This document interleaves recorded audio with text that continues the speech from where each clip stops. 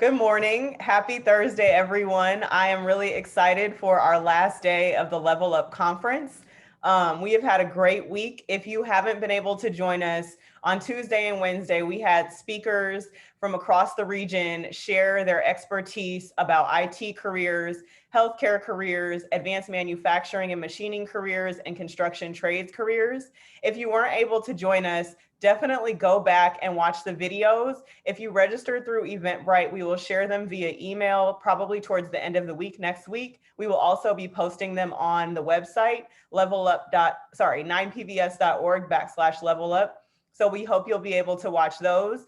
I'm excited about today because we're going to bring it all home. We're going to have some amazing speakers, and we're also going to bring it all together talking about financial literacy. So if you are a student here, we have prizes for you. We are excited that you're here. In the Q&A section, go ahead and enter your first name, last initial, school, and your teacher's name, and we will announce the winners for the prizes at the end of the day.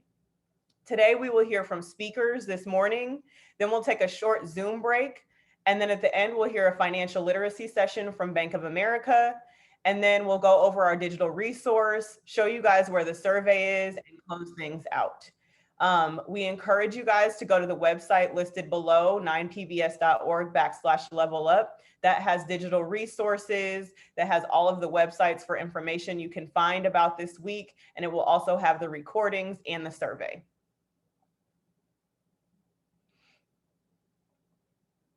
All right, so these are our speakers for today. I'm really excited. We have an all-star lineup. We will start with Adam Lane from the city of St. Louis. Then we'll have a short video from Steve Bryant from DESE.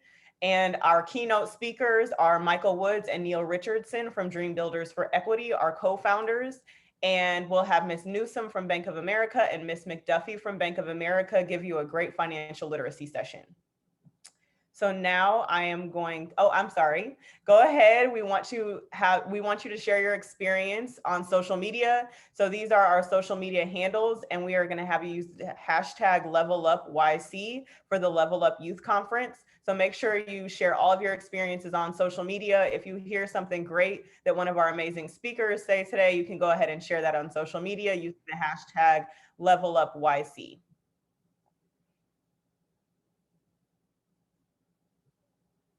Okay, now I'm going to kick it to Caleb Camp. He is from Better Family Life, and he is going to introduce our first speaker.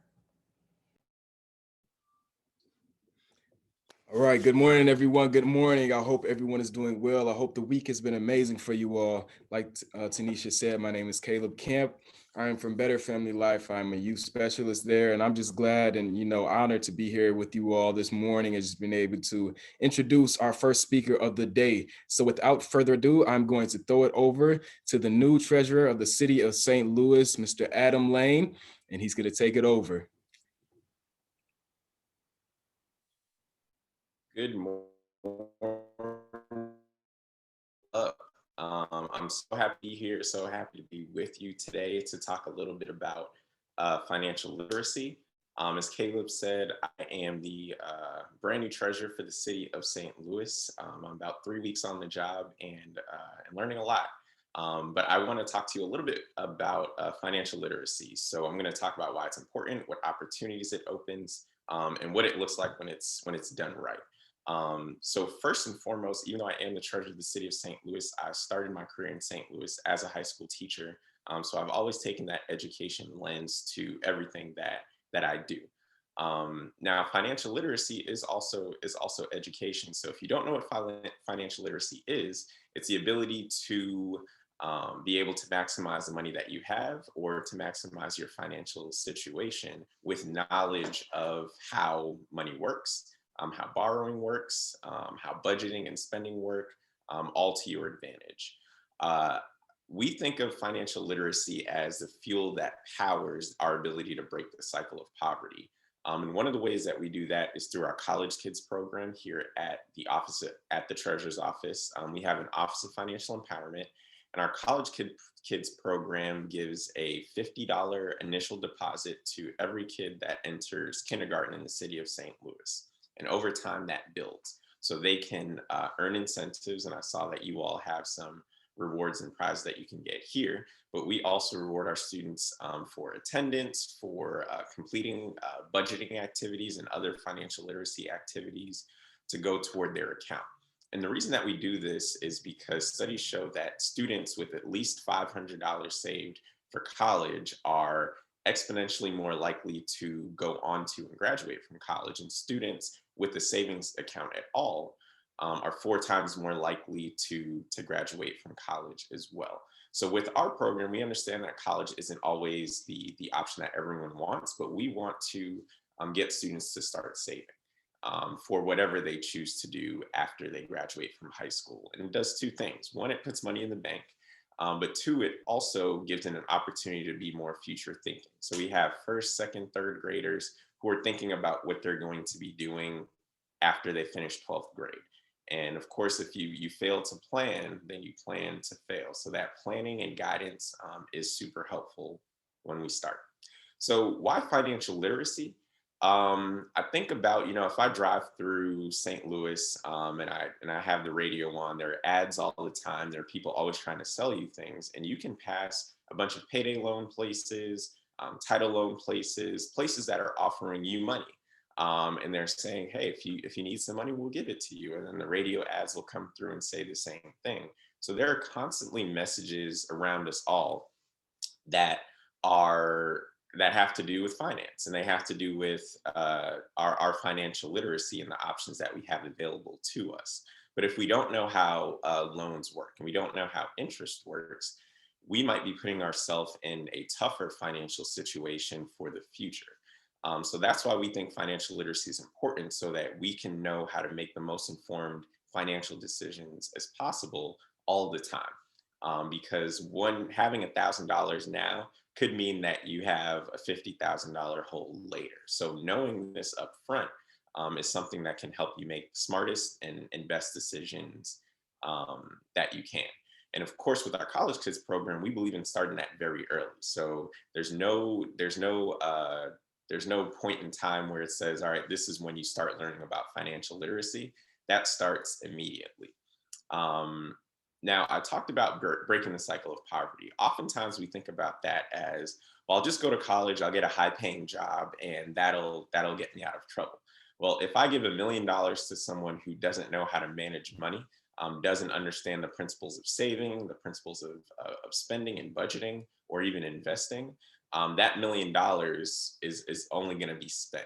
And then after a time, that will go away, and there will still be expenses in the future for that person. There will still be bills that need to be paid and everything like that. But now that person doesn't have any money. But someone who has $1 million or $5 and is able to apply sound principles of financial literacy can be able to maximize that $5 and know, all right, this is what I have, this is what I can spend. This is how much I need to work. This is, now that I know what I make, this is a way that I can put some away for savings. I can maybe invest something. I can cut down on those. So financial literacy helps you to be more comfortable in your financial situation, and again, prepare for the future. When I taught students, I was a teacher, and oftentimes, like I said before, the goal was I want to make as much money as possible, and that's going to break the cycle of poverty. Well, there are so many things that people can do that maybe aren't going to make you a millionaire, but you don't need to be a millionaire to be financially stable and financially literate. Oftentimes, just pursuing high income jobs limit your ability to do more. So I might make 6 figures, but if my expenses are also pretty high, that limits my ability to give back to my community, to donate to certain charities. And I could still be living paycheck to paycheck or above my means, even if I make a high amount. So financial literacy is something that opens up opportunities. So maybe I don't have to be a doctor just because it makes a lot of money. If I really don't want to be a doctor, I might want to be a teacher, which would make significantly less, but I know how to manage my money. I know I have sound principles, so I can actually do what I love and not be hurting financially to do that. Other pathways it opens is owning a business. So a lot of students I talk to, they don't want to work for anyone, and they have great ideas and they want to own something and create jobs for other people. And that's amazing. And that takes money, it takes resources. And oftentimes it takes loans from banks, so business loans, which are great. But you need to know how to manage that money, and the bank wants to know that you are someone that's a good investment for them so that they can get a return. So having those strong financial principles and having that financial literacy is going to really set you apart. And yeah, and so that's my spiel. Hopefully that was useful, and I know we might have time for question and answer. But while that's getting figured out, I just want to say that you have some amazing speakers that are coming up today that are going to talk to you more on this subject. So definitely take notes, pay attention, see what they're doing, how they're building equity and building financial literacy skills in young people at an early age, so that they can take that and maximize it and transform their lives later. So thank you all for having me, and I'll kick it back to Tanisha. Thank you so much. That was amazing. Adam is right. There are so many aspects of financial literacy that are important. And I loved how he talked about being able to do the job that you love or go into entrepreneurship and still have strong financial abilities to do what you want. So that was a great segue. Our next speaker is Steve Bryant. He is from DESE. He is the Missouri Career Pathways Manager. And Adam segued right into some of the things that he is going to share with you guys. So I'm excited for you to hear from him, and I'll let Steve take it away.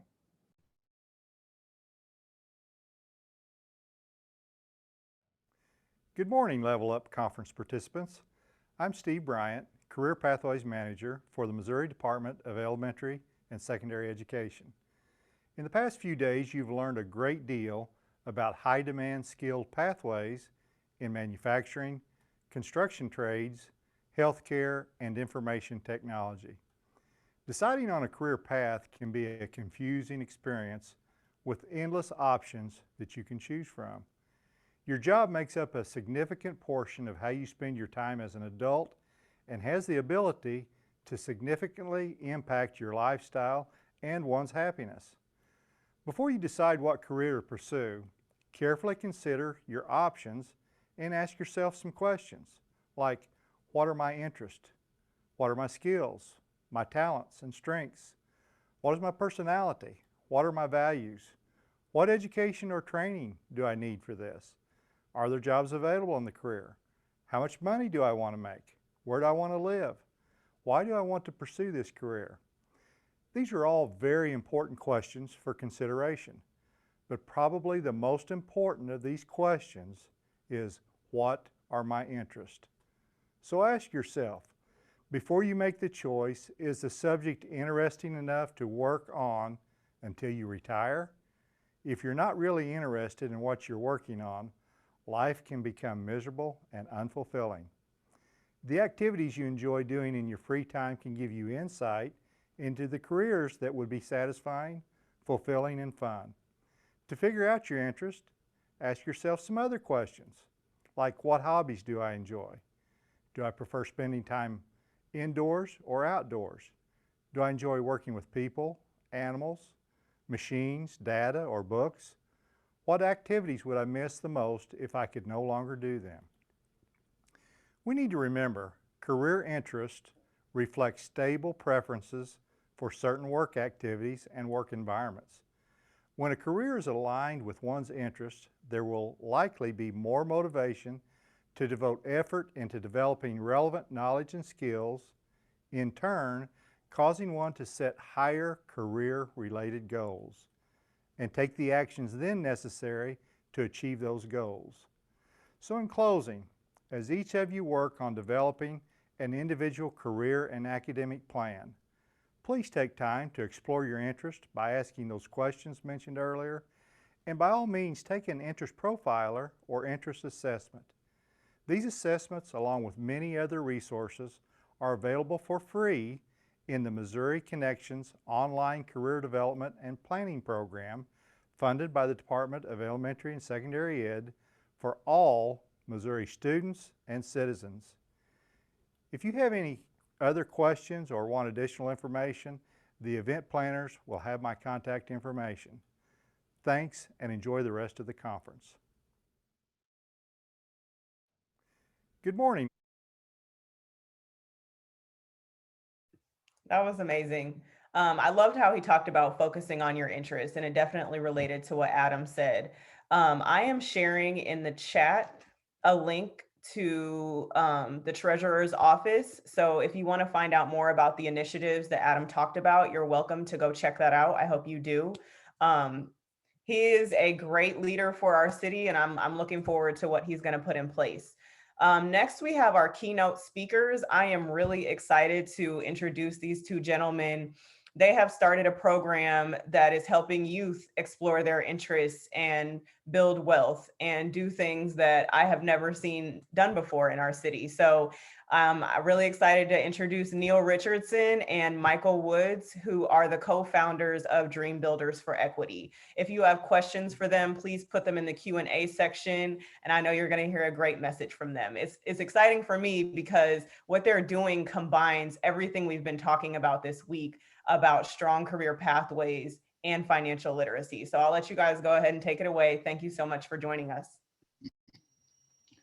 Thank you so much, Tanisha. Can you all hear me okay? Yep, you're good to go.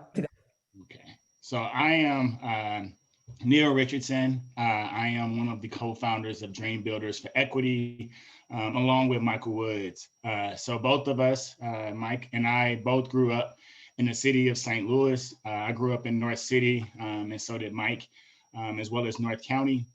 And we created this program, Dreambuilders for Equity, really centered around how do we create opportunities for young Black, brown youth to be able to escape poverty, build wealth, and invest in their future through real estate development and book publishing. Growing up in the city of St. Louis, Mike and I both understood that there are many challenges that prevent us from being successful. However, we were able to overcome those challenges, not just by luck and the grace of God, but also through hard work. And so we took the necessary steps. We built the necessary partnerships. We did the necessary things in our lives to be able to get to this point where we are today. As I am the vice president of U.S. Bank Community Development Corporation, and Mike is a highly esteemed author of several books, as well as an owner of a real estate portfolio. And so we really were able to leverage our skills and talents to be able to pull ourselves up in partnership with many strong networks of people that we were able to build contacts with over time. I actually started my career after high school at Rankin Technical College. I got my associate's degree in electrical control systems, but I said, while that is a productive job, I actually wanted to have a career in business. So I followed my interests, just as Tanisha and Adam said, and went after a career in commercial real estate, worked in commercial real estate brokerage since 2007. So I've actually been in real estate industry for over 14 years. Back in 2016, Mike came to me and said, I think we should be able to create a program that not only gives back to our youth, but gives them an opportunity to achieve their dreams and achieve their dreams through ownership. So through our program, our students earn between $10 to $15 an hour while they work on real estate projects, but also the students get ownership in the property, because ownership is key around financial well-being, financial health, and really being able to succeed long-term. And so we created a program in which students are actually earning ownership in the properties in which we're rehabbing in North City. So once we sell those properties, a portion of the profits actually goes to the Student Scholarship Fund for them to achieve their next level of success. In addition to that, students also journal experience. We understand the voices of the youth, the voices of the communities matter and need to be heard. And so we create opportunities for our youth to journal their experience, and then those journals are turned into a book, which they have 100% ownership of. So with that, I'll get into the presentation. Mike will jump in about halfway through, introduce himself, and then we'll go from there. But overall, Dreambuilders has a vision that every community has the courage to dream, the skills to build, and the resources to own their future. And our overall mission is to develop economically sustainable and socially engaged Black communities by working with the youth, the businesses, the residents, and revitalizing the real estate in Black communities. On this slide, you will see a video that gives a quick recap of who we are and what we represent. Tanisha, let me know if you can't hear the sound on this video once it gets started. It actually happened sitting on his couch. Neil and I was intentional about just starting. We knew that if we just did the right things, that the doors were open for us. It actually happened sitting on his couch. Neil and I was intentional about just starting. We knew that if we just did the right things, that the doors were open for us, that these jobs could actually change the lives of our young people. Mike and I started having a conversation about how do we leverage all of those experiences, those skills, that education that we have obtained, and being able to give that back to students that come from very similar backgrounds as ourselves. What we actually did is take our lived experiences and bottle it up into a program called Dreambuilders for Equity. Dreambuilders for Equity is a nonprofit organization really focused on providing youth with the necessary skills to escape poverty, build wealth, and invest in their future through real estate development and book publishing. We are transforming Black and brown communities. We're doing it by hiring the youth and minority contractors that are from these communities. Our students are able to actually learn the necessary skills to rehab homes in North City and to create economic opportunity for all residents in the area. We struggled, we had challenges of not just learning how to earn money, but how do we save money and invest it in a very wise manner. And so we put all of those different experiences that we had into this program. And so what we aim to do through the program is provide career exploration opportunities for our youth, but then also ground them in their community. Help them understand what are the things that they can be learning and the skills they can be learning to create better opportunities within their communities, but also create better opportunities for themselves. We are very strategic and intentional about providing the current residents with free home renovations. We really believe in our economic and equitable development principles of centering the community's voices and elevating those voices in order to achieve their desires and their dreams. We want to change the narrative about North St. Louis City. We're providing that model that can then scale to other communities. And so the way that this model has been really progressing over time is being exemplified in the Hyde Park neighborhood. The Hyde Park Neighborhood Association has really seen our work and really are appreciative of our work. So they have recently donated over 3 properties over to the organization. So overall, in the next 5 years in Hyde Park, we plan to provide $5 million of development with 250 students, as well as invest in over $4 million of dollars with minority contractors in that particular neighborhood. I think it's very valuable for the community to see us together and to see us together in the long run. And I think that's a part of the power of our organization is people see that we genuinely care about each other. And that's transferring down into our young people and into our contractors as well. Dreambuilders has given me purpose. For a long time, I've been searching for what's my purpose in life. And I no longer have to ask that question of myself. I know what that is. And so when I show up, when I wake up every day, I want to put my best foot forward, not for myself, but for the community and for the youth and the people that are really relying on us to make a change in the city.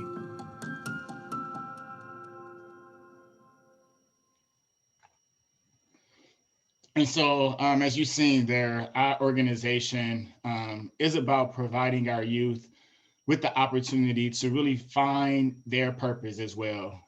As Mike and I really sought out to help the youth and the communities find their purpose, in a lot of ways, we found that purpose. And so through our summer academy, which is really an introduction to Dreambuilders, we do a lot of career exploration activities with youth. It's an 8-week summer program. So our youth have an opportunity to meet many of the general contractors, many of the developers that we work with on our projects.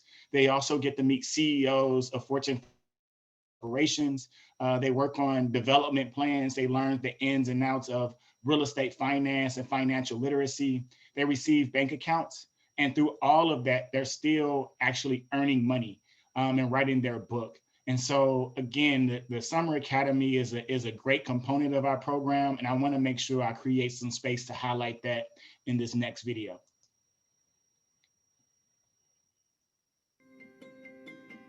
Here it is, you have a caterpillar. We don't know what actually happens inside of the cocoon when the caterpillar is transforming, but we know what's going on in these houses, and it comes out to be about a butterfly. When the students come into the program, they're excited, but they also don't know what to really expect. And so that's the first step, is to help them get some strong understanding of who they are and giving them a purpose and the courage to dream. Our program really is centered around our 8-week summer academy. So we're figuring out ways, how do we give them these experiences very early on so that they can be ahead of us. They began to, funnel into, our different, goals and aspirations by bringing people in to talk to us in those specific fields. It was amazing. We want to create entrepreneurship within the program, take ownership of what's going on in our community. There was never a day I felt like, man, I don't feel like getting out of bed. I was just that passionate and am that passionate about being in this program and just really contribute to our futures and the future of St. Louis. I feel like they played a huge role in where I am today. So every day that they are going into these real estate sites, they're going home and having to journal about these experiences. And when they journal about them, we combine them and then make it into a book that they then have 100% ownership of. So what happens is we have huge book signings, but also engaging with the community on a panel. They're able to ask questions, and these young people are able to really own their story, own their narrative, and receive every single dollar that is made at that event. That is the power of our program, is that we're showing them that with a little bit of work, you will be supported. I come from North St. Louis City. I had some of the craziest experiences growing up, but I was able to overcome those challenges. I'm now able to be visible and saying you can make a complete change. We see right now our youth are in dire need of help, and they need some direction. It's all about being able to be a leader and, creator of trust in your community, that people can see your vision. Just thinking about the communities that we have, the communities that we live in, the things that we are taught, like changing that narrative is pretty important to me.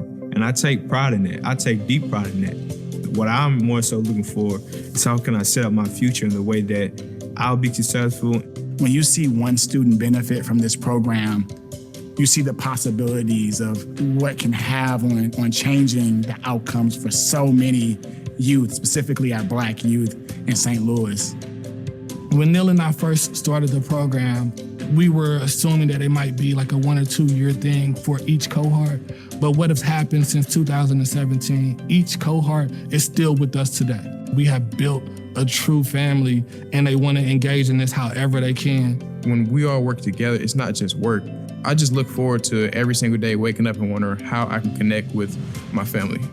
The type of love and respect that they're getting from the program, they're giving back as well. Where you can expand your knowledge and your consciousness on a level so high that you can do whatever you want in this world. That's the goal, is to give these students a future, give them something to dream about. Yeah, so that was, again, a very powerful message and a powerful story around all of the work that we're doing in the community, but also to support the youth through our Summer Academy. And it's really about creating hope for them to have the ability to achieve whatever goals they have, whether it's in real estate, whether it's in finance, whether it's in architecture, or something completely separate of real estate. But it's about them having the courage to dream and willingness to go out and chase that dream and know that they have a real support system to help them achieve their full possibility. And through that, the students, again, are able to write up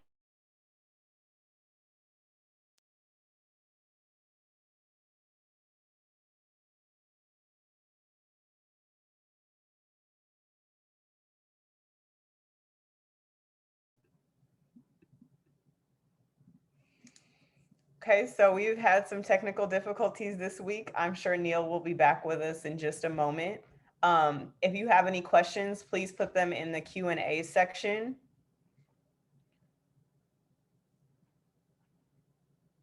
Caroline, maybe for a second we can pull up the digital resources while he comes back on and just show where our audience can find the information for the program.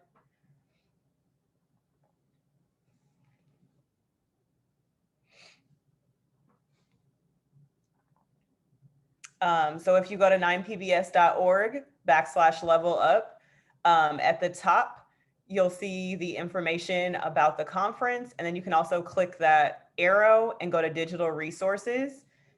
And if you click learn more, my favorite part about this program is it really combines the financial literacy aspect and the careers you guys have been hearing about, and shows how the careers you guys have been hearing about this week can make a strong impact on our community.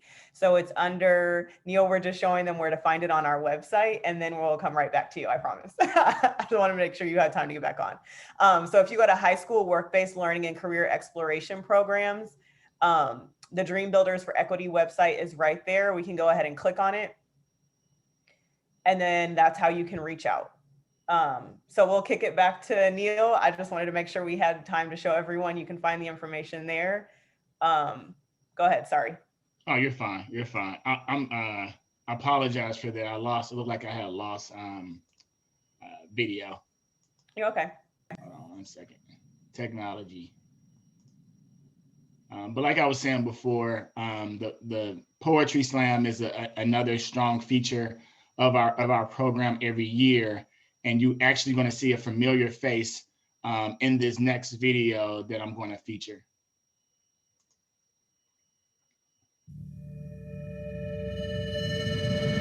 So raise your hand if you've ever been to an open mic, to a poetry slam, or anything involving creative writing before. This is our first time doing this, so we are extremely excited. We have some real young legends here today. Your words have been with us throughout this entire summer. They spent a lot of time with our young people and helped them prepare for these poems. I'm Stephen Doe, the Executive Director of Your Words STL, one of the co-founders, along with Dr. Anna Westcastro, who's on. We are devoted to using one-on-one tutoring, creative writing workshops, and collaborative projects to amplify the voices of St. Louis youth. A lot of people that I know and I see in life, they're kind of just complacent where they are, just kind of living check to check, just being okay with barely getting by. There's nothing wrong with being a 17-year-old boss. Like, there's nothing wrong with owning something right now. My piece is titled An Ode to Opportunity. Many don't understand how fast you come and go. Most take you for granted when instead they should embrace you like a loved one they were prepared to say goodbye to. This is why I dance with you to the sounds of my ambitions. Why I show you love unknown to any man or figure with a beating heart. It's because I'm grateful for your presence, your many taught lessons, and all you provided through your graceful essence. Thank you. There's been a lot of scientific research done that shows that actual physical healing, as well as an emotional healing, that comes from being able to tell one's story. Dear dark little girl, you cannot run away from who you are and your complexion or the Lord's society and how they may view you. You was made the way you are for a reason, so appreciate it. Dear dark little girl, your skin is gorgeous. Next time you hear a black girl joke, don't get mad. Just think of yourself as the best piece of chocolate the world has ever had.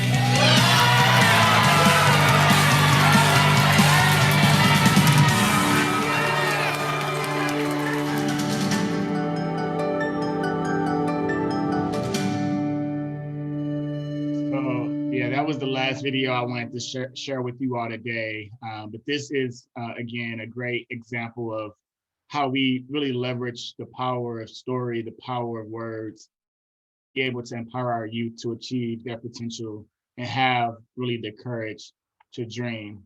So with that, I'll pass it over to Mike to share the second half of our presentation today.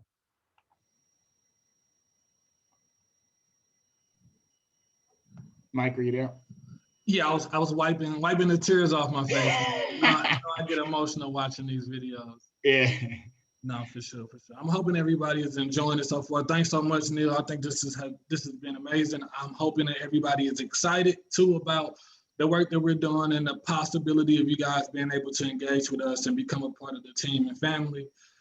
So Neil kind of teed it up and let you guys know the work we're doing, but now let's actually see that quality, like how much quality is really being done by these young people. So as you look at these photos here, you're going to see the before and the after.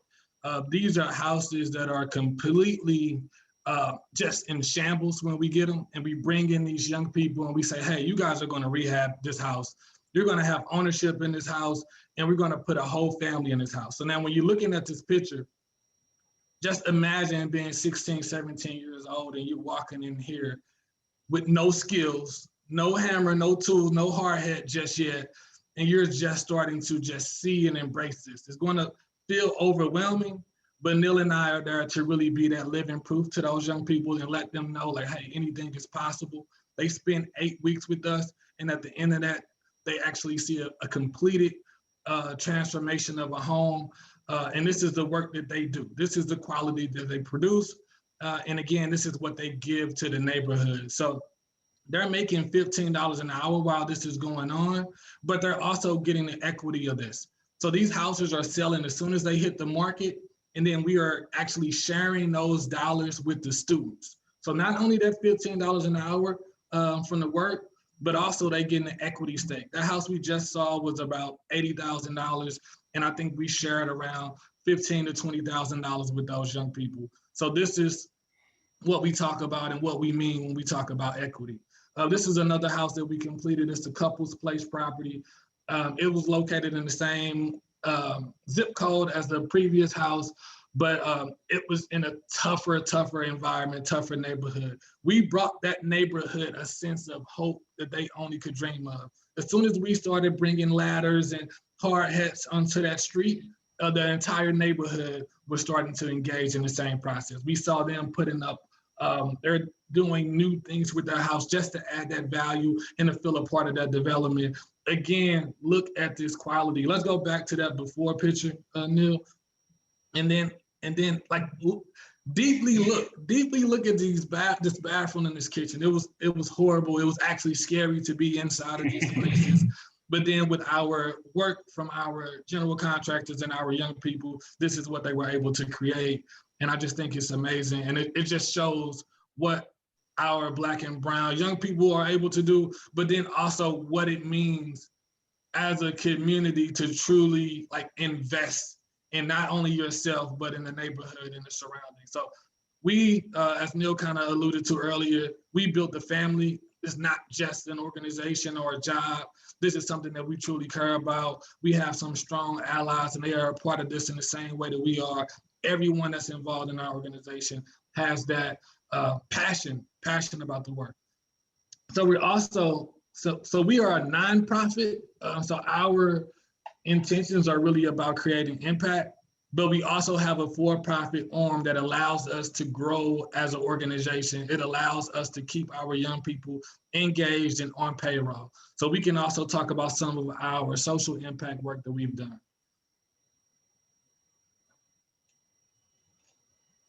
Yeah, so one of my favorite tasks that we've done over the last couple of years is that we added a brand new cafe inside the I See Me bookstore. The I See Me bookstore is located in University City.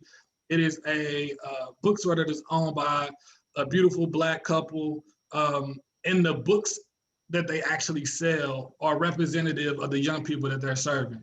So they are right on key and so aligned with the work that we're doing. We were extremely happy to be able to provide them with a brand new cafe inside of that bookstore, which actually helped them to grow and expand their business.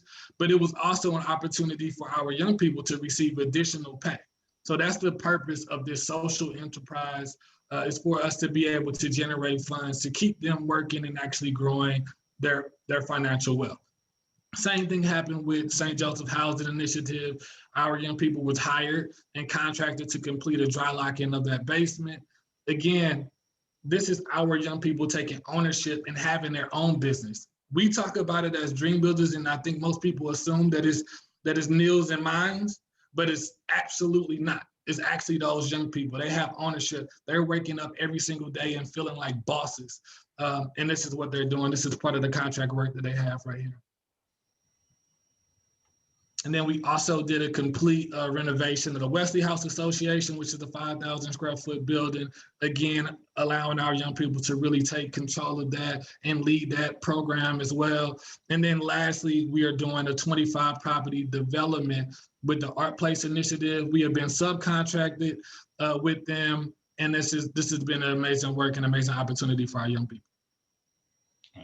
And then Mike, I'll just take us home here if that works for you. That's perfect. Yeah. So over the last really 4 years, we've served over 60 youth. Between those 60 youth, each of those students received bank accounts. As Adam spoke to earlier, financial literacy is critically important to building wealth and building ownership. And you can't start building wealth without a bank account. So that's one of the key components of our program as well. We also want to make sure that the youth are committed to the community. So as you all are earning money, working through the program, we want to make sure that community service is top of mind as well.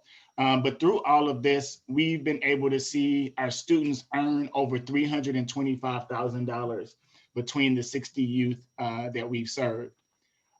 So again, some of the milestones that we've been able to accomplish, our students actually had a documentary that was filmed that was featured in the International Film Festival back in 2019, which was an exciting experience for them.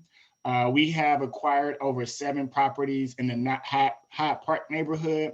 We also have completed a rehab of a commercial building and in process of completing a rehab of several commercial buildings in Hyde Park. We provided elderly support in the form of home repair projects for 5 elders in Hyde Park, as well as other landscaping projects. So you may be asking, what do our youth do once they leave Dreambuilders? So of those 60 youth, 25 of them went on to 4-year universities. 20 of them are currently still in high school. We have 9 that's fully employed through Dreambuilders for Equity.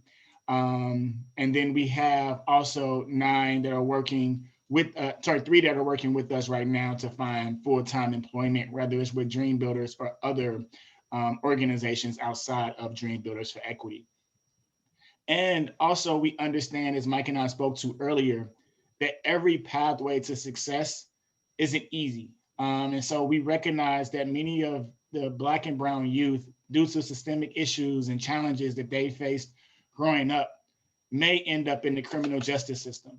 But that doesn't mean that you're less than, you're not able to still fulfill full potential as a human being. And so what we've done is been able to engage youth that have been even part of the criminal justice system and got them back on the right track and helped them really find their purpose in life. And they've went on to thrive as well. And so as part of all of that, over the next 5 years, we have a strategic plan to invest really $5 million into Hyde Park. $4 million of that will be going directly to minority contractors, $1.6 million in construction labor jobs, and 250 living wage jobs for our youth. We expect over $800,000 of wealth to be created for our youth and in these communities. And so we're excited about the next 5 years of our organization, as the first 5 years were very successful as well. So actually with that, Tanisha, I'll pass it back over to you. I know we're running a little short on time, but if there's any questions, Mike and I are here to answer them. That was amazing. So we did have one question just about how to get involved, how young people can get involved in your organization. So I know we have the website. What is the next step once someone goes to the website? Yeah, so once you go to the website, there's an area on it where you can get more information, and you can actually say that you're an interested student, and that we will receive that email, we will review it and get back to you. So that's one of the options there, is to definitely go out to our website, check us out, and we will definitely try to get back to you as soon as possible. I know we have a summer academy that starts in June of this year. I'm not sure how many slots we have left, Mike. There's been a high demand for the program this summer, as well as the opportunities for full-time employment. But please continue to check out our website, follow us on Facebook and Instagram, Dreambuilders for the number 4 Equity.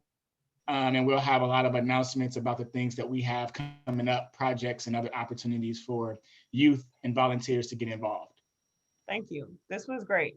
I love that Neil talked about young people having the courage to dream.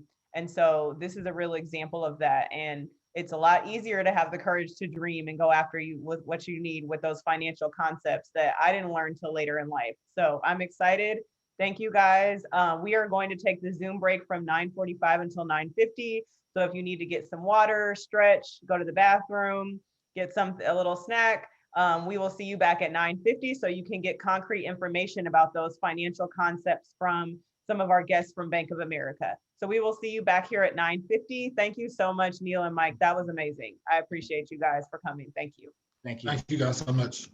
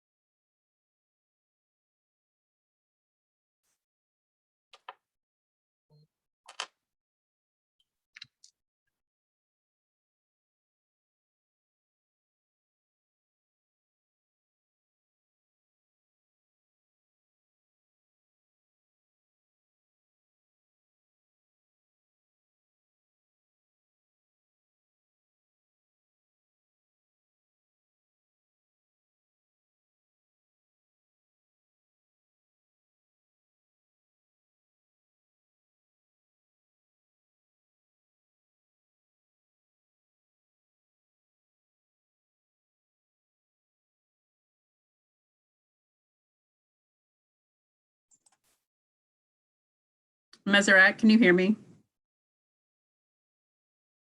Yes, you're good to go. So can you not see me? I hit start video. Yep, you're good to go. How comes I can't? About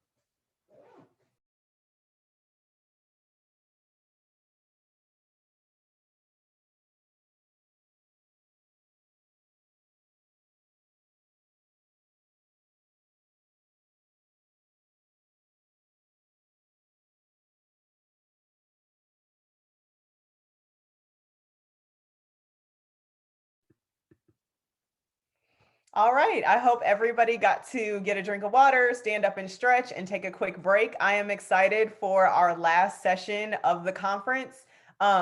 Please stay on when we are finished with this session. I want to make sure I can explain how to find information about what we've talked about this week, as well as the survey for the session. I am really excited to introduce Meseret Newsom and Susan McDuffie from Bank of America to talk to you about those financial concepts that Adam Lane and Neil Richardson and Michael Woods were talking about for learning to make sure that you can explore the careers you want and have a career based on what you want to do and your interests and not necessarily money. So I will let you guys take it away, share some information about those financial concepts, and I'm definitely going to be taking notes. If you have any questions, participants, go ahead and put them in the Q&A section and we'll make sure those questions get answered at the end.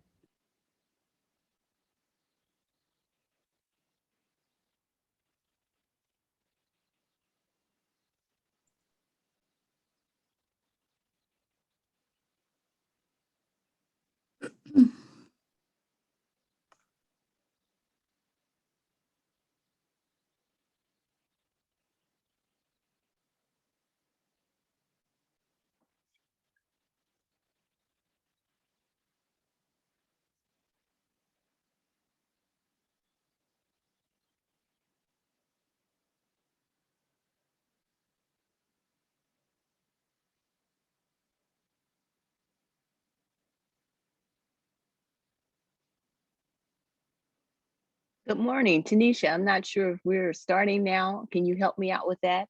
Susan and I are ready to go, but I'm not sure if you'd like for us to go ahead and get started and introduce ourselves. Absolutely, we are ready. Awesome, thank you so much. So Susan and I are honored and we appreciate you asking us to be a part of this. We're excited to talk with the students and help them again with the information regarding financial literacy and helping them with managing their money. My name is Meseret Newsom. I've been with Bank of America for a little over a year and a half, but I've got plenty of years of banking experience. And again, I'm excited to be here today. And the hope is that, we leave you stronger today than how we found you, and that we help you better learn how to manage your money. So Susan McDuffie is gonna co-chair with me on this today. So Susan, if you're ready, if you'll go ahead and introduce yourself, and then once you introduce yourself, we'll get started. Sure. Good morning. My name is Susan McDuffie. I've been with Bank of America for 19 years. I have 2 kids myself, 19 and 22. So no question's a dumb question in this world of banking. I've heard it. So feel comfortable in asking us questions because this is a safe zone. We're here just to help you with any questions about banking or money, and that's what we're here for. Awesome. So thank you, Susan. The first slide that you guys are going to see on the screen is the College Guide to Managing Money. And this is really just going to be a basic guide on what we're going to talk about a little bit today. As Better Money Habits champions and volunteers, our job is again to just kind of come in and talk to you and answer any questions that you may have and give you information on banking and how to get started. So most of you all are high school students and you may or may not have jobs. And one of the first things that we want to talk a little bit about is just basic banking. And we're going to start that with really, if you move the slide, with really talking about interest and how banks work. Thank you so much. If you go ahead and move that one again, great. So what you see on your screen is a little bit of information about money and interest rates. One of the things that banks do is we pay our interest, but we also collect money. So what we do basically is a bank is a financial institution that's licensed to receive deposits, which is money from customers like you all, and to make loans. Your money still belongs to you while it's in the bank, and banks are regulated by state and federal governments, and deposits are generally safe. What we basically do is we ask you for your deposits, and we use your money to make loans to our clients, okay? We pay you a percentage, and then when we loan that money out, we earn a percentage. So that's basically how we make our money and how we do business. Now, during this segment, Susan and I are open for questions as we go if questions should come up. So please, again, as she said, don't be shy to ask us any questions. Just like Susan, I have 2 teenage sons, so we're open to any questions here. So basically, that's a little bit about interest rates and how banks make their money, okay? We also want to talk about checking accounts. One of the things that Neil Richardson said right before he ended his segment was open a checking account. He is working with students right now who are making money. They're learning how to save money, and they're learning what it means to actually have and earn interest on money. So it ties back to interest again, but you have to start with a checking account. You have to actually open the account, and that's when you're going to start to see your money grow for you because of the interest that's in there. So there are so many different types of checking accounts out there. So as students, the first questions you want to ask yourself is, what exactly am I looking for with that checking account? Am I looking for convenience? That's one of the things that's important. How accessible is an ATM machine? What is a debit card? Will I be able to use my debit card? So those are things you want to look for when you're talking about opening up a checking account. You also want to find out how much will it cost me to actually establish the account? Is there a minimum fee to have the account open monthly? Do I have to keep a certain amount in the account? So those are a lot of questions that come up when you want to talk about the bank that's going to actually be your bank of choice. And I think Susan is going to give a little bit of information about Bank of America and what we have to offer for students and how we help students with regard to establishing accounts that will take them further in life. Susan, if you want to take that, please. Sure, absolutely. So Bank of America offers student accounts. We have a student checking and a student savings. I come across a lot of people that are like, why do I need both? One account's good. And I believe that both accounts, especially if you get them free as a student until you're 24, they're good to have, because you should start learning that you need to start saving for whatever it is. There's always something that you should have a goal to save for, whether it be an emergency fund, if you're saving for a car, if you're saving to move out, to get rent, there's always some goal. And even if it's just right now, you don't know what that goal is, emergency savings is always, you're always going to need that. Something's going to come up.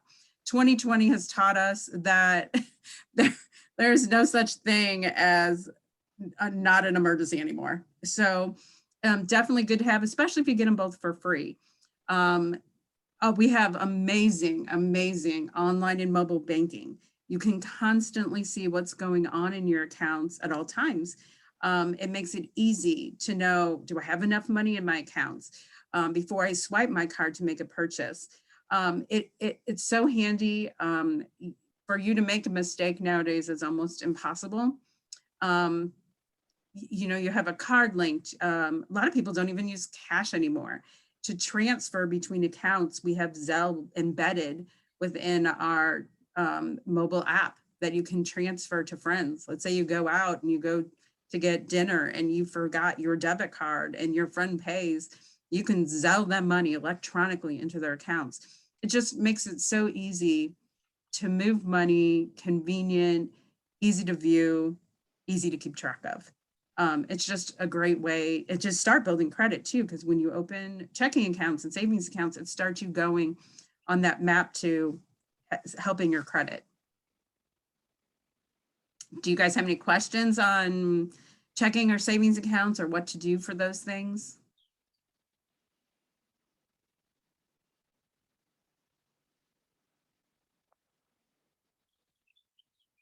Okay, I guess we'll move on. All right, so Susan talked about checking and savings accounts, and now we're going to talk a little bit about where your money actually goes.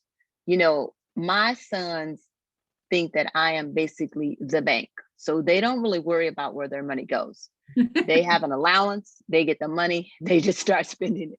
But as you get older and you start to enter into adulthood, it is going to be important to find out where your money goes and to actually be able to keep track of that money. And a little bit of that goes along with setting an actual budget.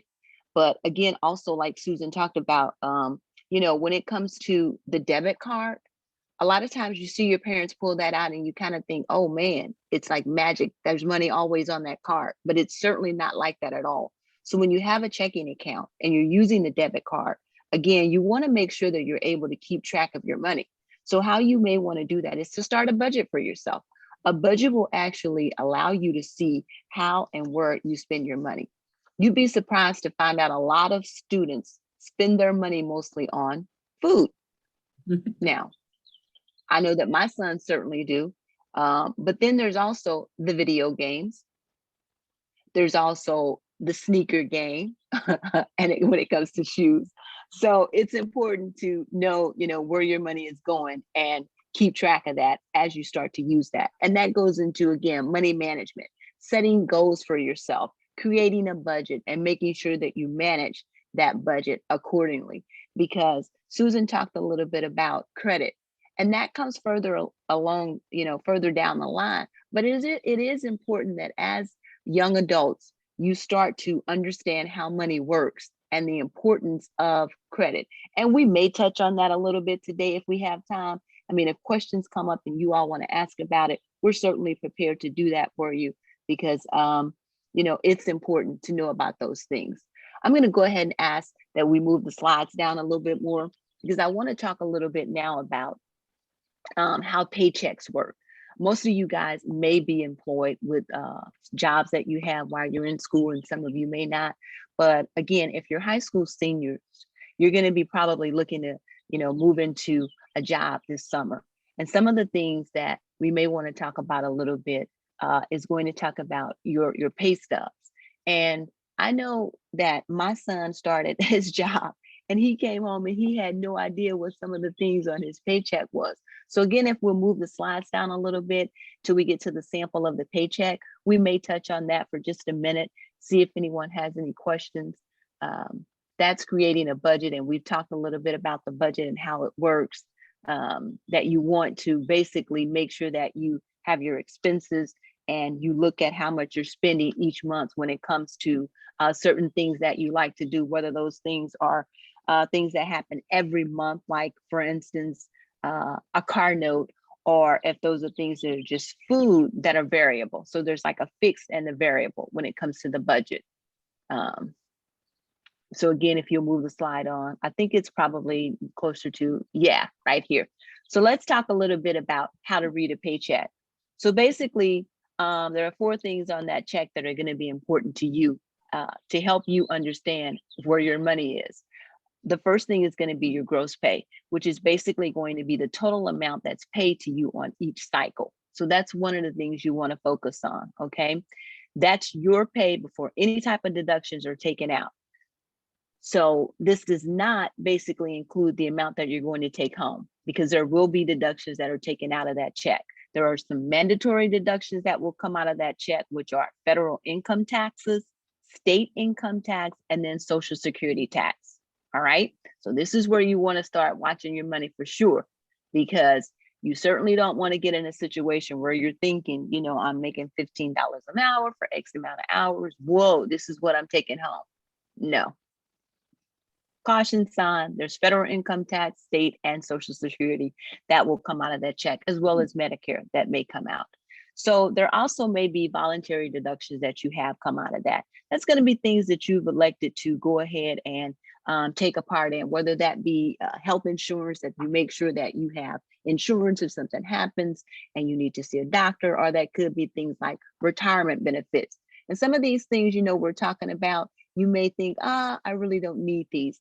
But in listening to Neil Richardson and Mike Woods talk about how they're helping to build wealth in the community and with the students they work with, these things are going to be very important to you, so that when you do reach retirement age, you've already saved enough money and you can still live as comfortable as when you worked as when you're not working. So those things are going to be important. And I'm just going to say, I wish that someone had given me the tip to join my what's known as a 401k, which is retirement, to join that earlier than I actually did, because they really do grow fast and they really will help you when it comes to your retirement age.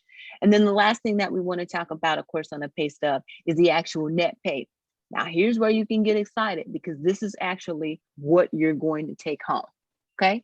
So again, when you're looking at that and you get your checks, these are going to be things that are important for you to watch and take notice of. Any questions?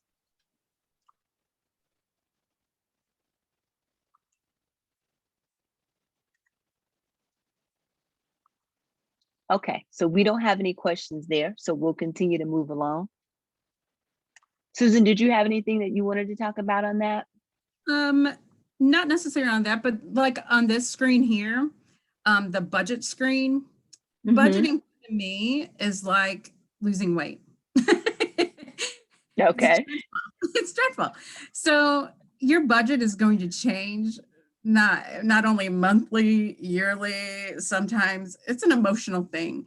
And, you know, in some months, you know, you need to do, everybody has to do a budget, and some months are going to be more costly than other months. I know for myself, December is a costly month. Both me and my husband's birthdays are in December, Christmas is in December, all these holidays.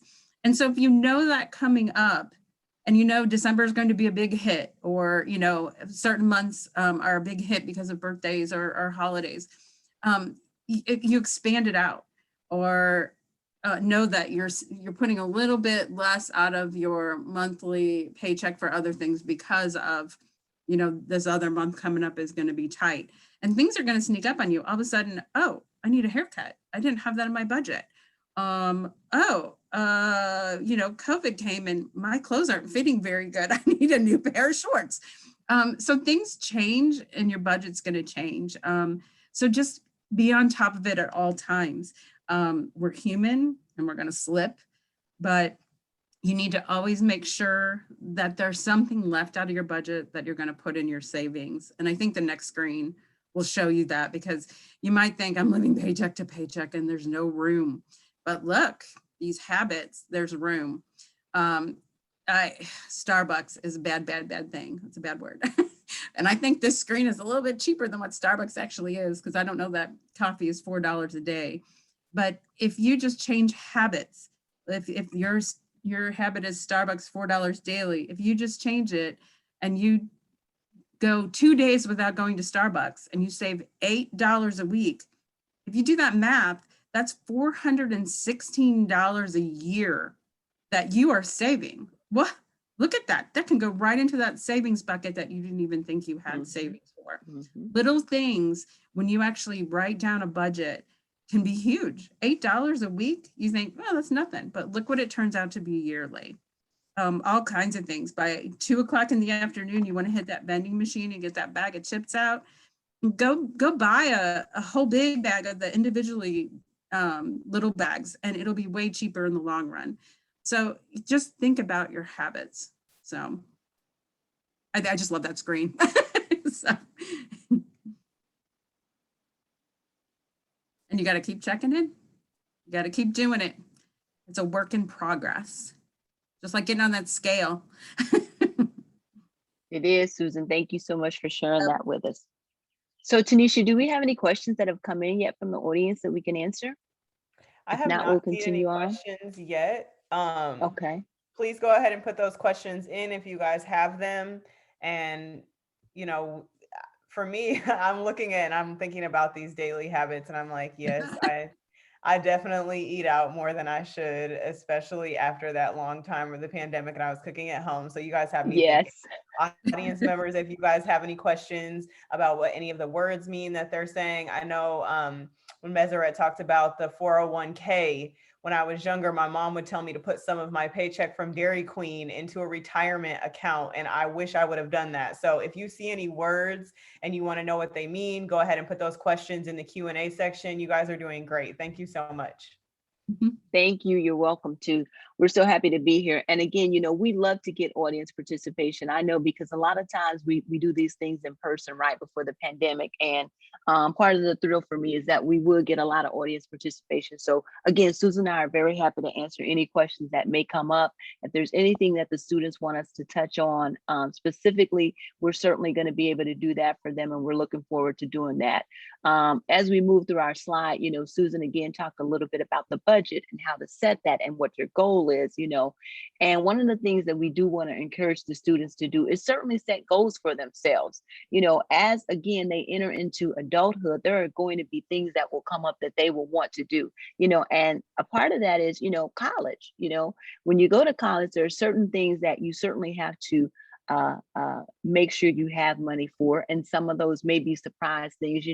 When you go to college, there's a set fee on everything, right? But then there's also that overage that you sometimes just don't know about.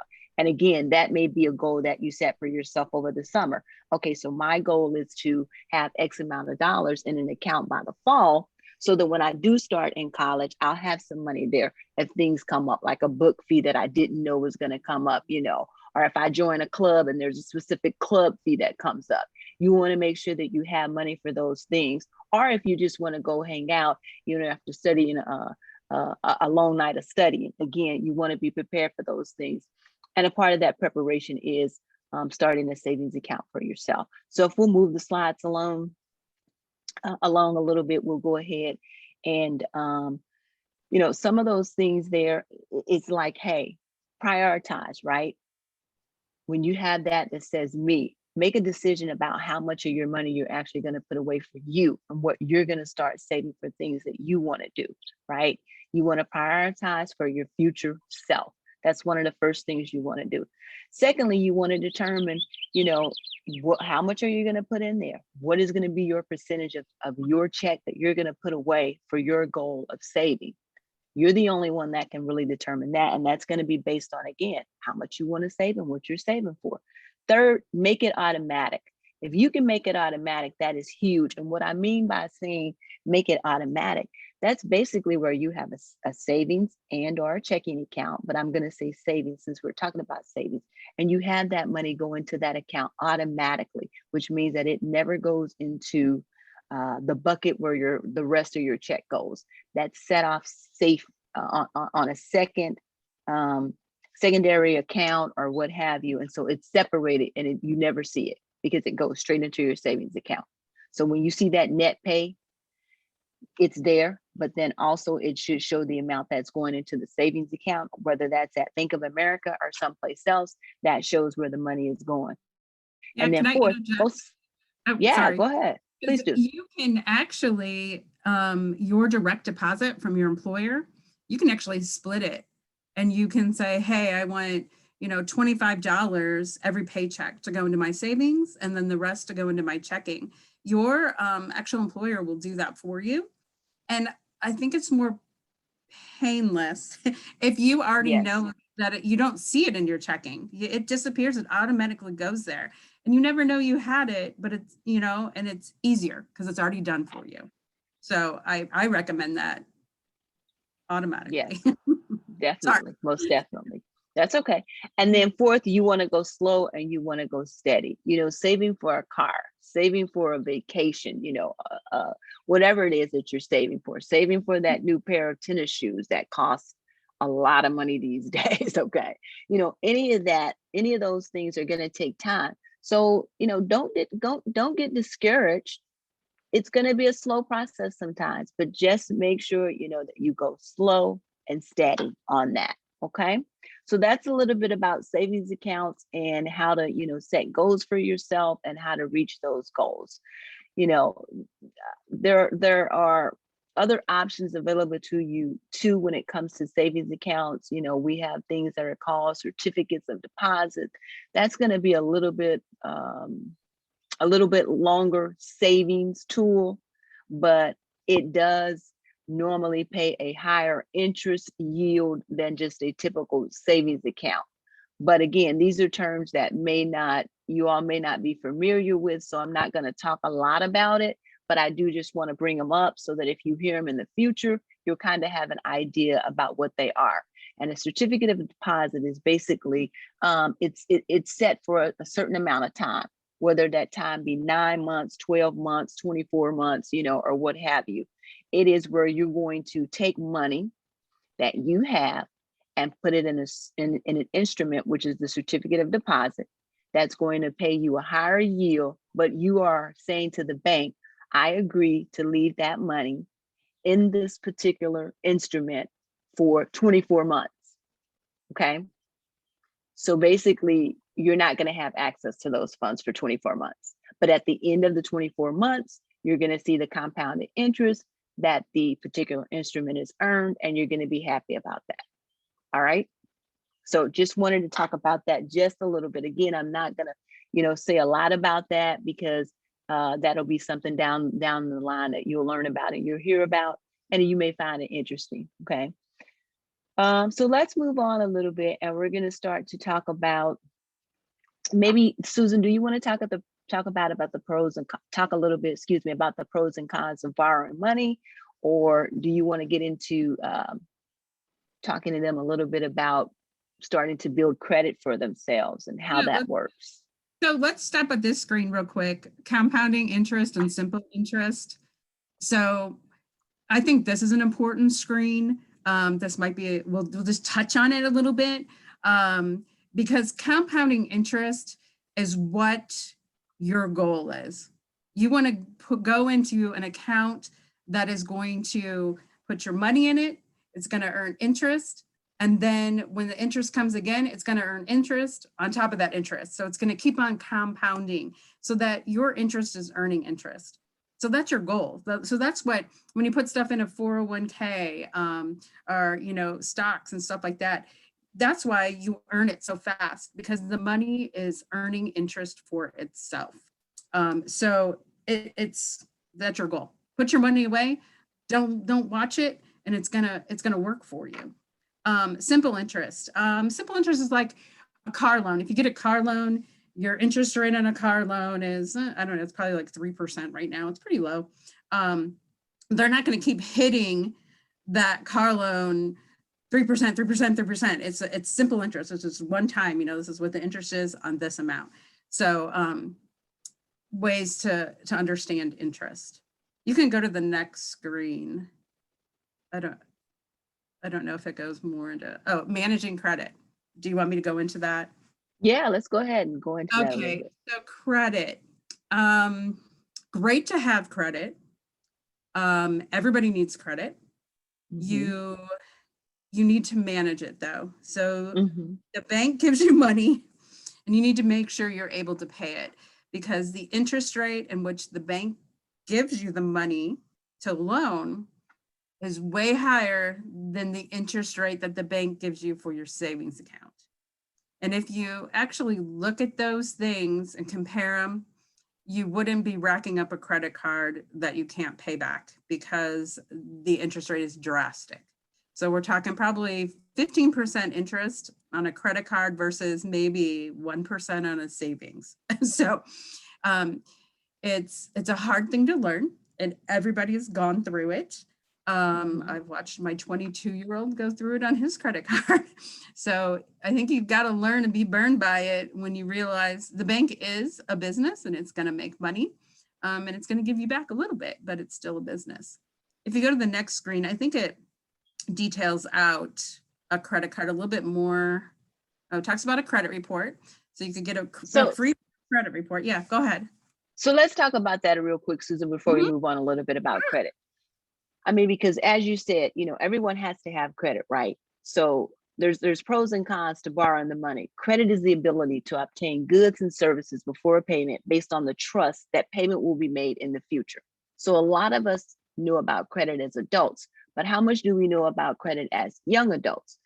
What we see is our parents pull out credit cards, and we see our parents use those credit cards, right? But what we may not know is basically what I just said.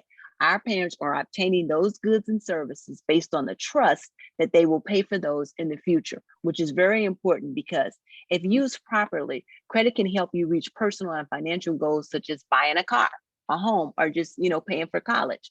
Credit is also an important factor when renting an apartment or getting the best interest rates. Establishing good credit habits early on is important to help you get the things you need later in life. And that's what I want to talk about. And when you said like you're 22-year-old, as college students, you will be targeted, for lack of a better word, with credit card offers. And you have to be very, very, very wise about how much you use on those credit cards, because you are expected to pay that back. Okay.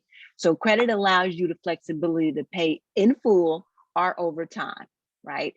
It's helpful to finance large purchases or to use in case of an emergency when you don't have sufficient savings available. It's important to remember that when you borrow money and choose to pay it back gradually, you will do so with interest. And that's where Susan talked about that 15%. Okay, that's the amount that they're normally charging on credit cards these days. So it's very important that if you get a credit card, and when you do get a credit card, you understand how that card works and when those payments are to be made. A couple of years ago, I had a young lady who came into my place of employment. She obtained a credit card from us, and she was in her late 20s. We talked about the credit card maybe a month and a half after she got the card, and I asked her how things were going. And I think she told me she had charged some things on the card. Pretty sure she did, but she hadn't made a payment yet because she told me that she had a $1,200 limit. She thought that she needed to use all of that $1,200 limit up before she made a payment. And I said to her, no, absolutely not. Are you getting statements on that card? You should have gotten a statement on that card. Whatever you use on that card, you have to start paying it back 30 days later, immediately almost. You don't have to wait the 30 days, but you will typically get a bill over the 30-day cycle. So it's important that when and if you get a credit card, you certainly understand, first of all, the interest rate on that card, your limit on that card, and when the money is due back on that card, your first payments. So I just wanted to touch a little bit more on that before we started to move forward, because I know that it always looks so easy when you see people use credit card, but credit and credit cards are very important to your future. And it's important that you understand it and that you make sure that you pay your credit on time. Your credit worthiness is measured by what's called a credit score. And I think this slide here talks about that, Susan. Is that correct? The credit report and the credit score? There's a slide that details it out. Yes, this slide is amazing. So does anyone know what the highest credit score is out there? We're going to get no participation in Meseret. I don't think we will. I don't think we will, Susan, but okay. I still think it's important, for us to put that information out there, especially, about the credit history, public records, credit inquiry. So let's talk a little bit about that, Susan, if you don't mind, and then you can kind of give them the highest credit score, but let them know how certain things affect that particular score. Yeah. So the length of your credit history. So what does that mean? You might be starting to get your first credit card. They started hitting, I think, when my kids were seniors in high school. And if you get a card and you maybe use it once or twice, a little nervous about it, and then stop using it, still keep that card. Don't shut it down, because the credit history is very important. It's 15% of what goes into your credit score. So how long you've had credit out there under your name. So that's important. Don't ever shut a card down. Types of credit in use is 10%. So there's all types of credit. There's an auto loan, there's home loans, there's credit cards, all kinds of things credit-wise. 10% of those things go into your credit score. New credit is 10% of your credit score. So what does that mean, new credit? Well, this kind of catches people up, I think, around Christmas time. I'm going to old school myself. You go shopping and you go into a store and all of a sudden Best Buy wants to give you their card to give you the 20% off. Oh, okay, I'll get a Best Buy card and I'll put it on there. Then you go to the next store, you go to Target, and Target goes, oh, you can save, 15% today if you get a Target card. Oh, okay, I'm going to save 15%. And then you go to the next store. So now you've racked up 3 brand new credit cards in one day. That's not good for your credit. That's spreading your credit really thin. So you have to watch that about how much new credit you're gaining in a short period of time. The next thing is payment history. That is a huge amount of your credit score, 35%, the biggest amount. Payment history. You got to make sure you pay on time. There are apps in the app in our phone. You can set up alerts to say, and I have alerts for my credit cards. Susan, your credit card is due in a week. I always set it a week ahead of time. and pay my bills so that I know it's always paid on time, the amount that I want to pay it. If it's a card that I'm paying down slowly, I want to make sure I'm paying more than the minimal amount. So I want to make sure that my payment history is always on time, no matter what I'm paying. And then the 30% is the second largest is the amount that's owed. So you can have credit cards out there that have maybe 5,000 credit limit, a 10,000 credit limit, your car loan. You don't want the credit that you have out there all to be maxed out to the full amount, because that's 30% of what is owed, and that's going to lower your credit score. So hopefully that makes sense. So everybody's credit score is going to have a little bit of difference between it because of all these things going on with your credit. So it's a big jumble, and you just have to be on top of it at all times because credit is so very important. It is important because Susan talked a little bit earlier about car loans, and she talked a little bit about simple interest. And she mentioned the fact that right now, yeah, maybe car loan rates are as low as 3%, right? But that 3% is offered at a credit score that's over and above at least the 720, 730. So if you're not using your credit wisely and you're not managing your credit correctly, that 3% car that you went in to see because you saw the advertisements, that you could get the interest as low as 3%, now could cost you 13% and upwards because of your credit score. So again, this is something that you want to be aware of, and you want to make sure that you use your credit wisely. And please keep in mind that you're always able to get a copy of your free credit report at annualcreditreport.com, and that's at no cost. There are 3 major credit bureaus out there. There's TransUnion, there's Equifax, and then there's Experian that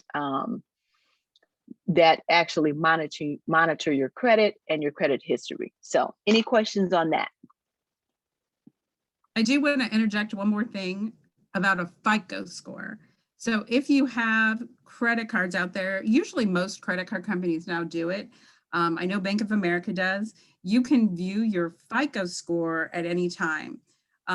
It loads on our app, and a FICO score is the average of the credit bureaus. So it's a pretty good detail where your credit score hits.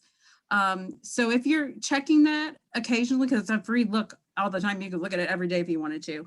But if all of a sudden your credit score is at 740, and then you look at it a week from now and it is at 700, why did it change that drastic? And those are things that you need to think about and go, well, I need to pull a real credit report, because maybe somebody got a hold of your Social Security and they're opening stuff, and these are things that are under your name but aren't yours. So those are big flags, and you've got to monitor your credit score all the time nowadays. So just to make sure that the things that are on your credit report are yours. Okay. And so we've talked a little bit about the credit and the credit scores. Now I want to just touch real quick on how to build your credit score, because it's hard to not use credit, because you do need you do need credit to get things. So one of the ways that you can build your credit score is to, of course, take out a loan or get a credit card. But you can't qualify for a loan or a credit card without some type of credit history, right? So what do? Well, these are a couple of options that I'm just going to talk about to help you get started. Some of the banks offer credit cards designed to help students establish credit. So one of the things you want to do is look around for that type of card that will help you establish credit as a student. They have certain perks to them. A checking account won't necessarily help you build your credit history, but it will help the bank that you're banking with see that you are able to maintain a checking account. And it may help that bank when it comes to determining whether or not they feel that, there's value in your business. And as an existing customer, they may offer you a credit card to get you started, right? That's another thing. The third thing I'm going to talk about a little bit is called a secure credit card. A secure credit card is designed to, again, help people establish, strengthen, or rebuild their credit. This particular card is where you're going to offer the bank something, and the bank is going to offer you something in return. What you're offering the bank is called collateral. That's going to be money. The bank's going to offer you a credit line. That's going to be your credit card. The money is set aside and it's not available to you, so that If you should default against that card, and that means you don't pay the bank, then the bank already has the money to, pay that card. They're not trying to recover that money from you because it was a secured card and you've already given them collateral. That's also a way for you to, start to build your credit. So that's something you could think about.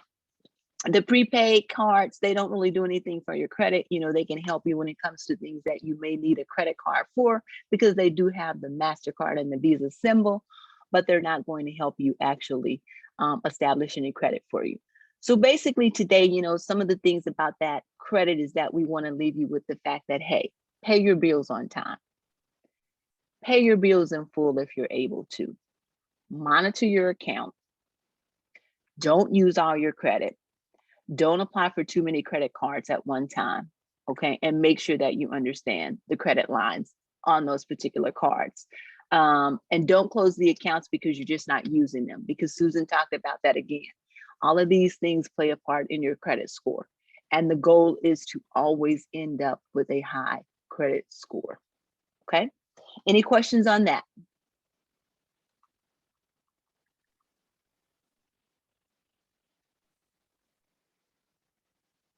Okay, so it doesn't look like we have any questions on that. So Susan, you want to continue to go on with the slides, and I think we'll just get into maybe the next thing, maybe about managing the money, or we can kind of see if there's anything else that the students want to talk about. Yeah, we kind of went over this, so go to the next slide. This is an important slide about credit. If you have a balance and if you're paying the minimal amount, and this is on every credit card statement at the back, and how long it'll take you. And it's very eye-opening. This is assuming, let's see, 13% interest. So on the first card, they're saying that you have a $500, you've got $500 on your credit card. You're only going to pay $15 monthly, and the interest is 13%. So at that pace, it'll take you 3.5 years to pay off that $500. The total interest that you'll be paying is $124. So to actually get that $500 that you've borrowed, it would have cost you $624, which I don't, it's not that painful. The bottom one is pretty painful, I think.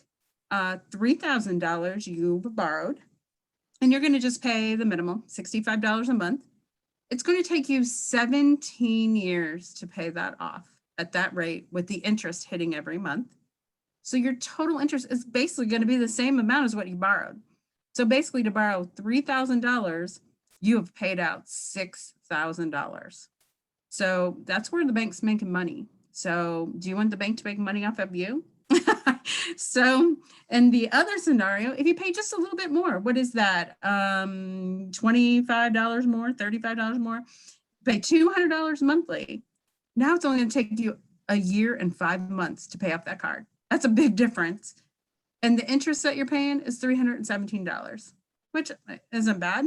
So basically for that $3,000, you would have paid out $3,317. So this is very eye-opening to see how your money works and how long it takes when you actually mess up on a card. Because it'll happen. Everybody has that hiccup and goes, oh gosh, what did I do? So just manage your credit cards wisely. You can go to the next slide. So we talked about budgeting and saving and managing your credit. All great, hard things to do in the world of adulthood. So hopefully we've helped a little bit. And we're going to go into financial independence. So you can go to the next slide. So like my 22-year-old who's back from Mizzou, he is back home and he wants financial independence from being here. So he has to now manage his student debt.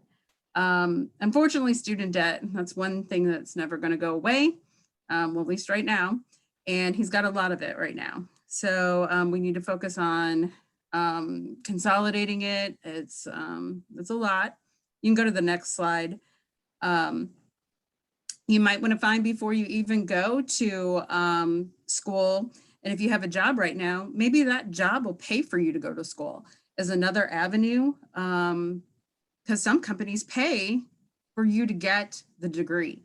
Something to definitely look into. Have somebody else pay for your degree because it is very costly. So there's loans out there.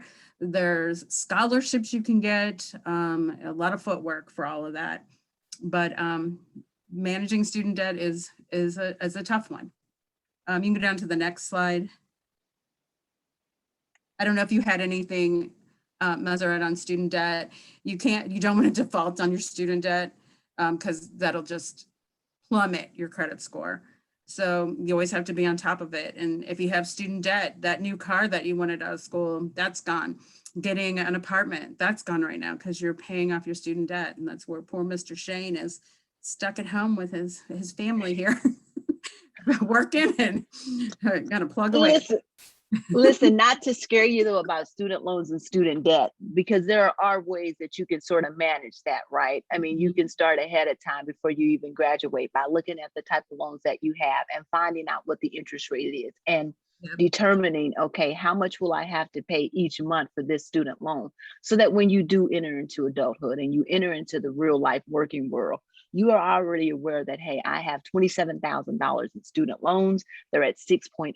It's going to take me, you know, on a payout of 10 years, I'm going to have to pay $311 a month for that. So that's something that, again, you're going to tie into your budget immediately, so that, again, like Susan said, you do not default on those particular student loans, you know, and you have the money to pay for those. So you want to figure out how can you lower your expenses so that you fit that into your budget.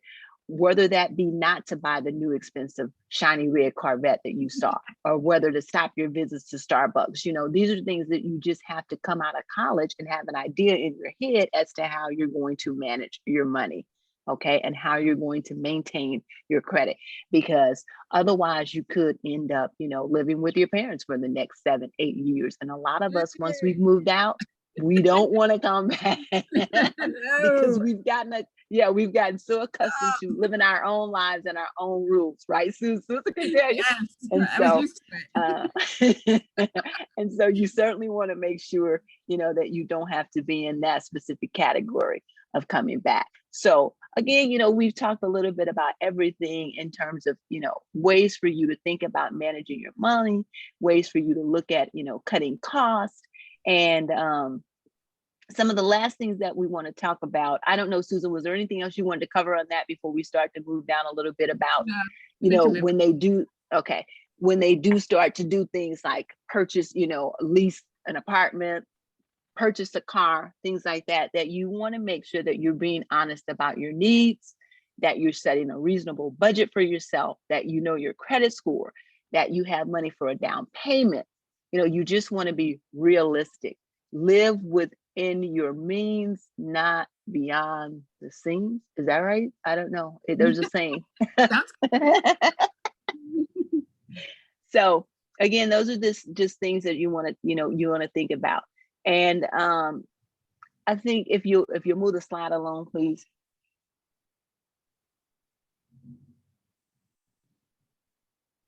Talking about a car. Yeah.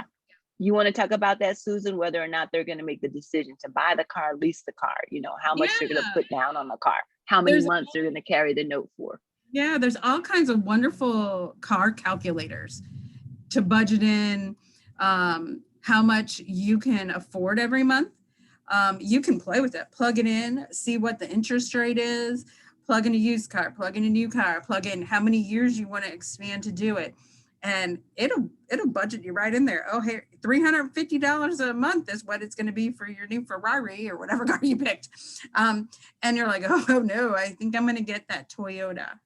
So, you know, and it's so helpful, and it's right at your fingertips. So you can play around with that before you even go look on a car lot what you can really afford, because I think that's the worst purchase as a car, at least for a female. Because they push you into stuff, I think sometimes that you're not prepared for.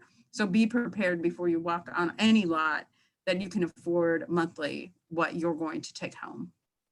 Yes, and Susan talking about that car calculator. Again, this is another way where I talked about the student loan, where if you're going to be graduating in December, you've gotten a job offer, you can start to see, okay, exactly what it's going to take out of your pay for you to have that new apartment, for you to have the money to pay your student loans, and for you to have that money to buy that new transportation that you need, right? The new car. So those are things, again, that are going to be helpful tools. So one of the last things I think that we're going to talk about basically before we end the session today, and we certainly hope that you guys have gotten a lot out of it, is just safety and making sure, you know, that you keep your information safe, financial safety. Use strong passwords. Watch how you share your information online. Secure your phone. You know, don't keep sensitive information on your phone, and keep your technology up to date. A lot of us use our cell phones these days for a lot of things. I'm included. I have credit card information, I have, you know, banking information, but I'm always changing my passwords. I'm always making sure that that phone is secure, and I'm checking my credit report at least annually. You know, be unique when it comes to those passwords too. Stretch them out, do something different with them. You know, don't use anything that's inclusive of your date of birth or your social security number. Be smart about it, okay? And just be smart about being social too, and what you share with people when it comes to social media. Susan, did you have anything you wanted to add? Yeah, like definitely, like, okay, I'm old school Facebook, but there's constantly these things that go over Facebook. What's your favorite dog's name? And what's your favorite color? I'm like, stop answering these questions. These are bank questions. People are trying to get your information. Please, you might think it's a fun little survey you're doing, but this is a survey that they're trying to collect information from you. So just watch those kind of things. You might think, oh, this is so cute, let's do this. But it's not cute. It's people that are trying to get into your stuff. So you just got to be smart about it. Yep. Make sure you shred your trash and things like that, because there are dumpster divers out there who will go through your trash and they will try to obtain your credit report, your credit card numbers and other information about you. And basically what Susan said, that's sort of like phishing, a technique that they use where, yes, they are doing those things to try to get information from you. And also be aware that there are scammers out there who call you and, you know, will say that they need certain things from you. Never give that information out over the phone. If you feel like it's, you know, you're suspicious of it, it's okay to be suspicious. Call your bank. Hey, I got an email. Did you guys say you needed this, this, and this? Just always make sure that you're checking up on those things. So I think that concludes our presentation for this morning. We certainly hope that we have left all of you stronger than how we found you. We hope that we provided you some good tools and good techniques that will help you move as you move forward into adulthood and college life. And are there any questions today that we can answer for you? Please put your questions in the Q&A section. That was really great. So much important information. I know I heard some of those things when I was in high school and I did not listen. And so I wish I had. I'm glad you guys are sharing this. I hope the audience got some good information that they could take and use. Next, we are going to first of all, thank you guys for coming. That was a lot. Thank you for having us. And yes, and when I'm talking to educators, they're constantly saying, why aren't we teaching young people about credit scores? Why aren't we teaching young people about budgeting? So this was really important, and I appreciate you guys for coming today.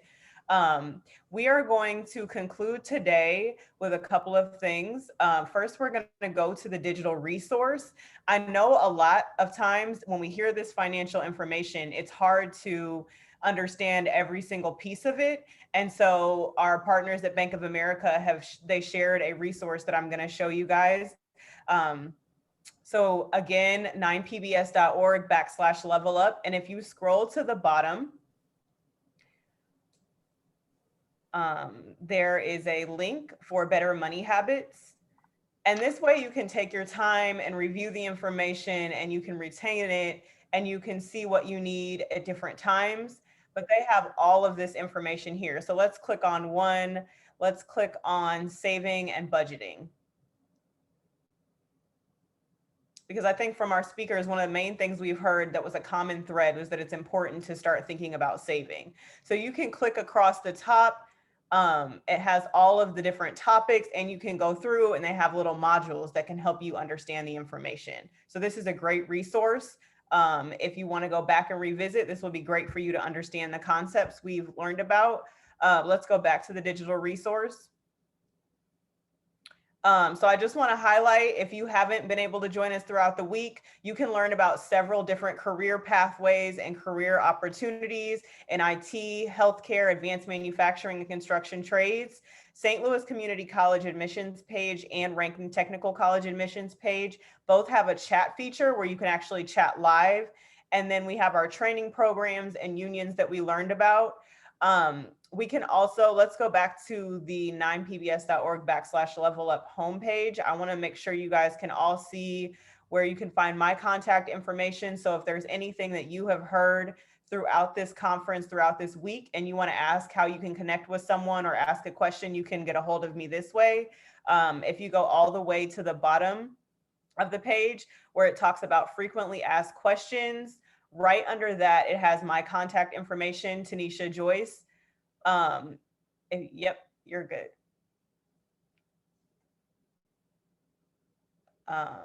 If you keep going, yep. And right there is my email, tjoyce@9pbs.org. So if you have any questions, please reach out to me.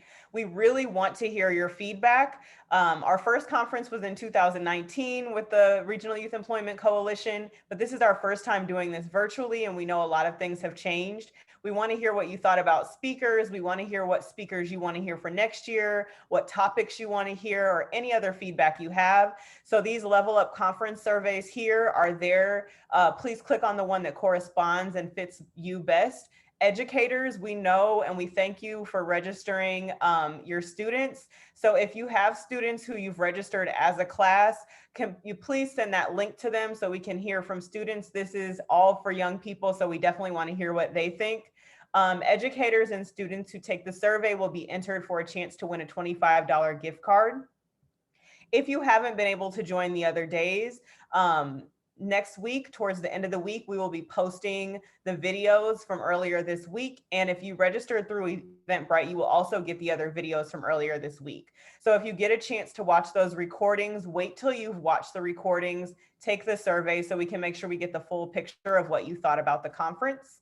I really enjoyed all of our speakers. I hope this was as helpful for you guys as it was for me. We've heard a lot of great feedback. So if you were a speaker and you're in the audience, thank you for joining us.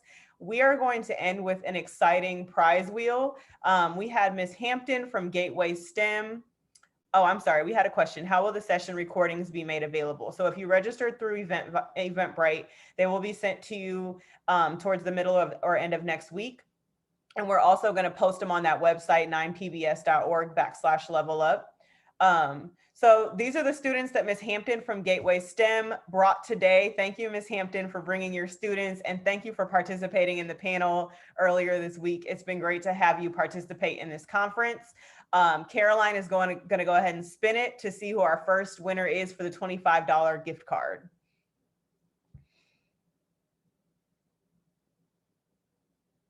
All right, so it looks like we landed on Brandy. Okay, so Brandy, we will make sure Ms. Hampton gets your gift card, and we're gonna spin it 2 more times to see who our other winners are.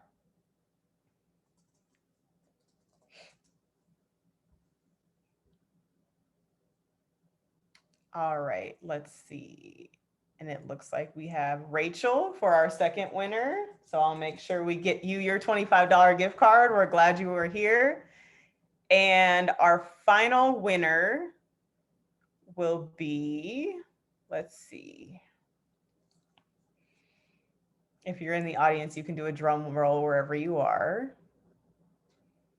It looks like we'll have Miriam for our third winner. So I will make sure Ms. Hampton gets those gift cards for you guys. Any other questions, please put them in the Q&A section. I will stick around for a few minutes just to make sure if there are any questions, we have a chance to answer them. So I'll be here until about 10:52. Go ahead and put your questions in the Q&A section. Thank you everyone for joining us. It's been a great week, and I hope you guys have a great weekend.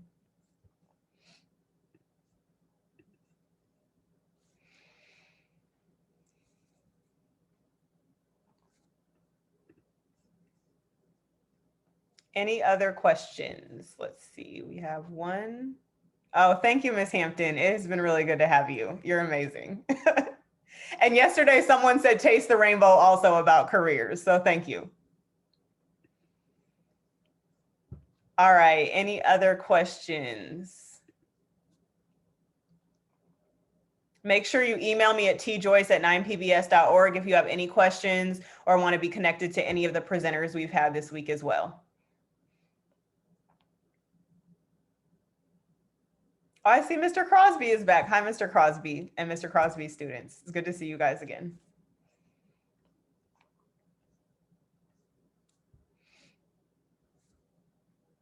Also good to see you, Dawn. Thank you for coming.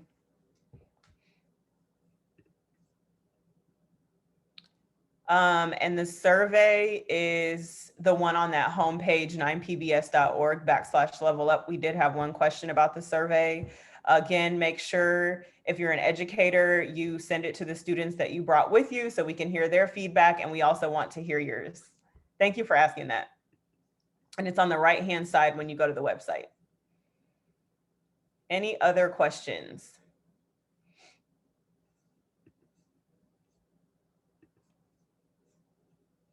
All right. Well, we're going to end now. If you have anyone who you think this would be helpful for, we want this to be as helpful as possible for the young people in our region. Please share the recordings with anyone in your network and encourage everyone to take the survey after they've had a chance to view the recordings. It's been a great week, and thank you for joining us.